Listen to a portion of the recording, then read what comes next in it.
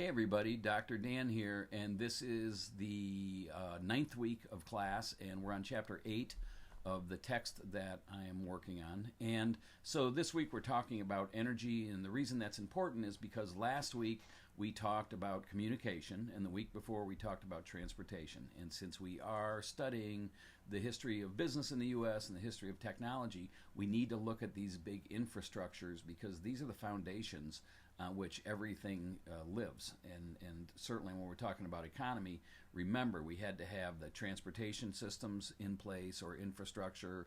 And in that unit we talked about everything from canals to the railroad to air travel and to drone delivery. So we kind of covered the whole gambit of what did happen and where it might go. And then last week we talked about communications and the communications infrastructure. And that was important because in order for businesses to grow, in order for transportation networks to work successfully, communication network had to be in place. So we started with Claude Chappé, if you remember that, in France, Napoleon's internet, and then we went right to the 1830s and the telegraph, and Alexander Graham Bell, 1876, the telephone, and then we started to talk about the internet and where things were going. So those were the two big infrastructures. Transportation, communication. Now the next thing is energy, and there's a real simple correlation. Here's a guaranteed historical truth, and people will tell you that there is no such thing, but I guarantee this truth every time. If you see a society where the gross domestic product grows, business expands, the economy expands, if you find that society, you can guarantee that their energy consumption expanded at the same time. So there's a direct correlation between those two things. And so when we talk about transportation and when we talk about communication, certainly energy infrastructure is important as well. So that's what we're covering this week. And an easy way to summary energy use in the U.S. is that we burn stuff. So if you look at the all the way back in 1619, all the way to the 1700s, most of the energy that was needed in this country came from burning wood. And, whether it was heating, whether it was industrial processes, or even in the home for cooking, wood was the main energy source. And it really wasn't until 1850s that wood was still used for sure, but coal came on board as coal began to be mined and used commercially, and coal took off as an energy source in a big way. And then if you go a little bit later in the 1800s, the first oil is discovered by Drake in Pennsylvania, and so the energy that fuels a large part of the economy starts to switch to petroleum. And also keep in mind, this is before the development of the internal combustion engine. It's before the automobile.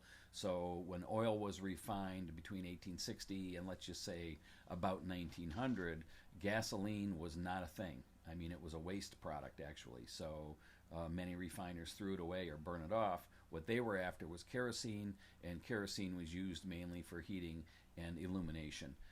So kind of keep that in mind as we talk about this. We go from wood, we go to coal, we go to petroleum, and then electricity starts to be adopted in the late 1800s. But keep in mind, electricity is really not a primary energy source. It only exists because of other energy sources. It's a secondary energy source. It has to have steam to turn turbines, coal to heat the water to turn the turbines. It's either generated via coal, or it's generated via natural gas, or it's generated via nuclear energy, which is heat again, or it's generated by wind, as motive power, or it's generated by solar, which is actually a chemical process. So electricity doesn't really count in these primary energy sources, but the adoption of electricity in the late 1800s is really important as far as industrial use goes, business use goes, and of course domestic use, because all of a sudden, with electricity becoming our motive power, running motors in factories, our power in our homes and our power in our cities for lighting, as electricity becomes more adopted and there's a greater demand for electricity, the use of coal skyrockets because most all the energy generated in this country from 1900 to current times, well over 85% of it, if you take the total, was generated by coal. Now that mix is changing a little bit now. And we'll talk more about this when we get into our electricity chapter. But even your phone, so here's your cell phone, even your cell phone actually runs on coal because you charge it every night, and some of the power you're getting from your grid is derived from coal. So actually your iPhone runs on coal and steam to generate the electricity to charge it. So just think about that as we think about energy. So you know the story. So we were at petroleum. It's discovered in Pennsylvania. The oil fields in the U.S. move west. So if you look at the early 1900s, there's Spindletop. That's like the biggest gusher oil field of all times. And that is right near Beaumont, Texas. You can go see where Spindletop is at.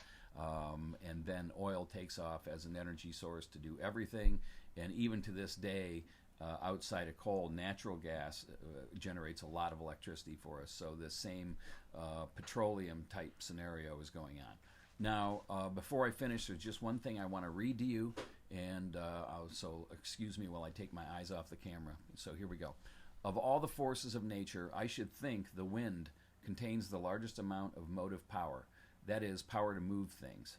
Take any given space of the Earth's surface, for instance, Illinois, and all the power exerted by all the men and beasts and running water and steam over and upon it shall not equal the 100th part of what is exerted by the blowing of the wind over and upon the same space.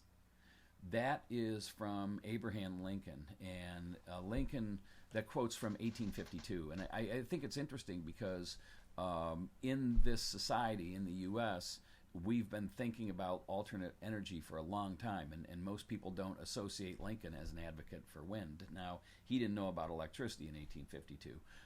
But that having been said, don't get tricked into believing that renewable energy or alternative methods of power are new. They're really not. And I want you to think about that, because as we think about the lobbying power that the energy companies have, we can start to think about why research and development into renewables and alternate energy sources has always been sort of suppressed. So I just want to leave you with that. Give it some thought. Do all the readings for this week. I would appreciate it. And next week we'll be talking about energy some more, specifically electricity and how electricity impacted business and technology. Thanks a lot. Have a great day. Bye-bye.